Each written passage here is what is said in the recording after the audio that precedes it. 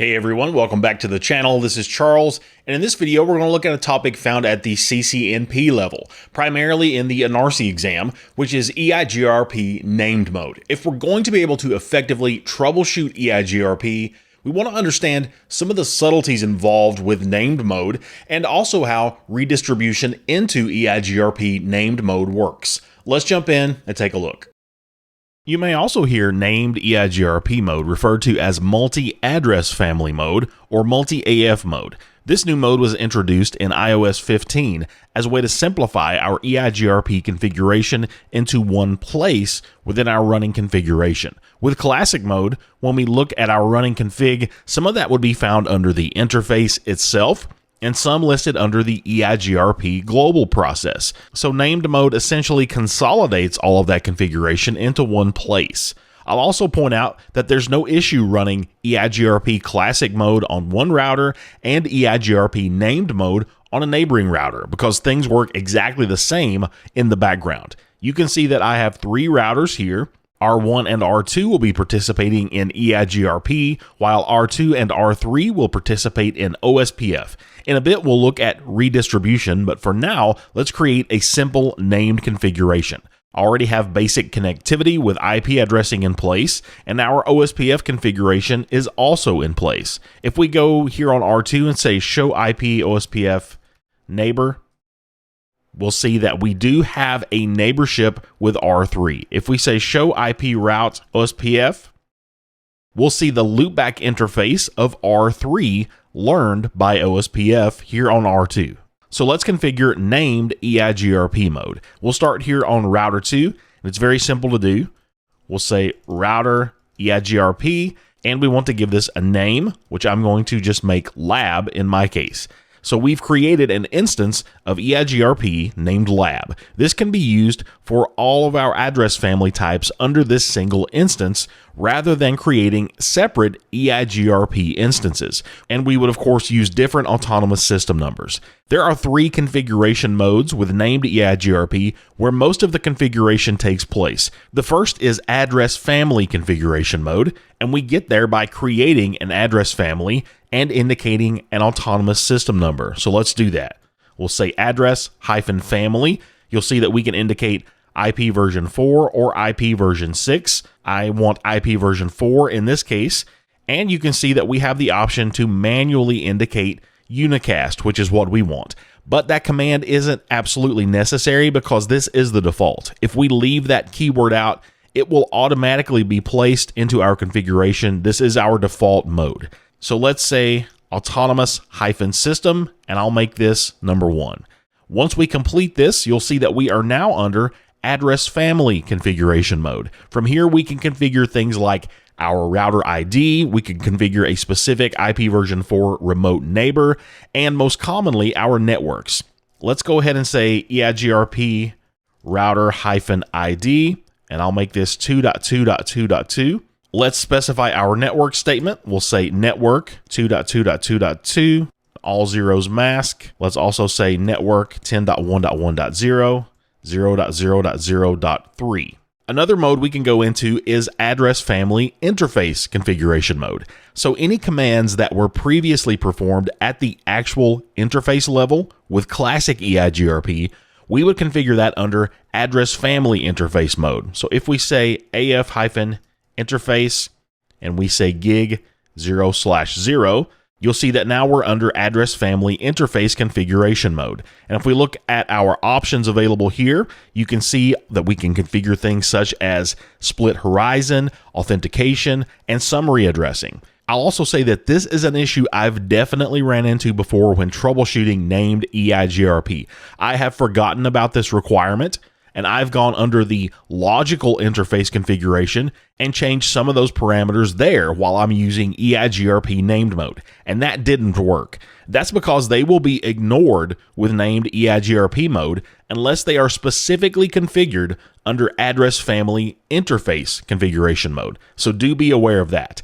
The third mode for EIGRP named configuration that we want to look at is the address family topology configuration mode. So anything we configure here would operate on the EIGRP topology table. That would be things like redistribution, and also the variance command. So if we go back under our address family configuration mode, we can say topology, base, and now we are under address family topology configuration mode. And if we look at contextual help, you'll see many of those available options here. Again, we'll come back later and look at this with redistribution.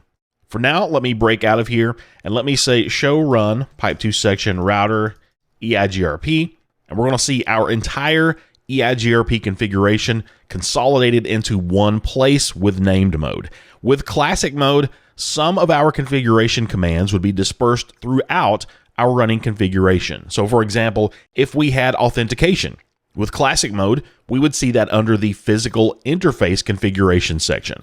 Also, if we've configured things like bandwidth restrictions, different hello timers, things like that would also be found under the interface configuration if we're using classic EIGRP. So hopefully you can see the advantages of using this method. Another big advantage I'll point out is that when we use named EIGRP mode for our authentication, we're able to use our stronger SHA-256 option. With classic mode, we can only do MD5 authentication. Let's jump over to R1, and just to show you a couple of things here, let's create a classic EIGRP configuration on this router. Let's say router EIGRP autonomous system 1. We'll say EIGRP router -ID 1.1.1.1. I'll say network 1.1.1.1 with an all zeros mask. I'll also say network 10.1.1.0, 0.0.0.3. And once I do that, you'll see that we have an adjacency form. So again, this is reinforcing the fact that we can mix classic and named mode without any problem as long as the autonomous system numbers match. Now, I specifically configured classic mode here to show you that compatibility, but also to show you the automatic conversion feature in iOS. There's a built-in method to convert classic EIGRP configuration to a named EIGRP configuration. And this can be done without affecting our peering. It won't take down our neighborship. We can do that by going under our EIGRP process, which we already are. We're already under router EIGRP1, and we can use the command EIGRP upgrade -CLI. And then we would follow that with the name of our EIGRP instance, whatever we want that to be named, which by the way is locally significant. That doesn't have to match between our routers. So I can actually call this one CCIE. I'll be prompted for confirmation. If I say yes, then momentarily we'll see a message letting us know that this conversion is complete, which we do see now. And we'll also eventually get a message letting us know about a resync due to a route configuration change. And we see that just come into our console now. So if I break out of here and I say show run pipe 2 section router EIGRP, now we're going to see our named instance in place instead of our classic configuration. If I say show IP route here on R1, we of course will not see a route to the 3.3.3.3 network, which is over in our OSPF area. So let's look at redistribution with named EIGRP. Let's go back to router 2, and we do this under address family topology configuration mode, which I mentioned earlier. So let's say router EIGRP lab. We want to say address-family IP version 4 autonomous-system 1. And then we want to say topology base. And from here, we can say redistribute OSPF 1. And we want to say metric. Remember, when we're redistributing into EIGRP, we have to specify our seed metrics. First, we're going to be prompted for our bandwidth in kilobits per second, which for me would be 1 million using a gig link. Next, we're going to be asked for our delay, which I'll set to 1, followed by our reliability. I'll say 255 to indicate that we are 100% reliable. Next will be our load. I'll say 1 to indicate that we are minimally loaded. And finally, the MTU, which I will set to the default of 1500. So with that in place, if we go back over to R1 now, and we again say show IP route, we now see the 3.3.3.3 route found in the routing table. Now, one thing we have to be careful about here are our EIGRP wide metrics. If you're not familiar with the concept of wide versus classic EIGRP metrics, I'll actually place a link to my video explaining the difference in classic versus wide EIGRP metrics in the video description if you want to go check that out to learn more. But the short story is that our wide metrics used with EIGRP named mode can potentially create a situation where we have a 64-bit number that won't fit into our 32-bit iOS rib. We can run this command again on R2. Let's redistribute this with different seed metrics to see if we can see this happen.